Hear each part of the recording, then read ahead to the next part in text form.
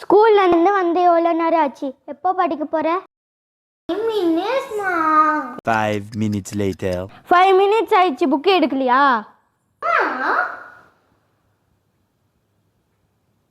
ஒரு விஷயம் வேணும்னா ஆசைப்பட்டா மட்டும் பத்தாது, அடம் பிடிக்க தெரியணும். நீ பிடிக்கிற அடத்துலதான் அது எவ்வளவு உனக்கு பிடிக்கும்னு மத்தவங்களுக்கு தெரியும்.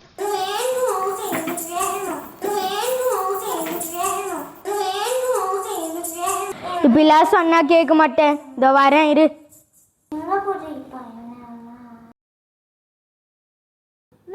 காலையில வீட் பேக்கலையே படிக்கிறேன். நீங்க சாம்பார் ஆப் எனக்கு படிக்கல, நான் பேப்பர் மாதிரி கசிக்கி போட்டுடுவேன்.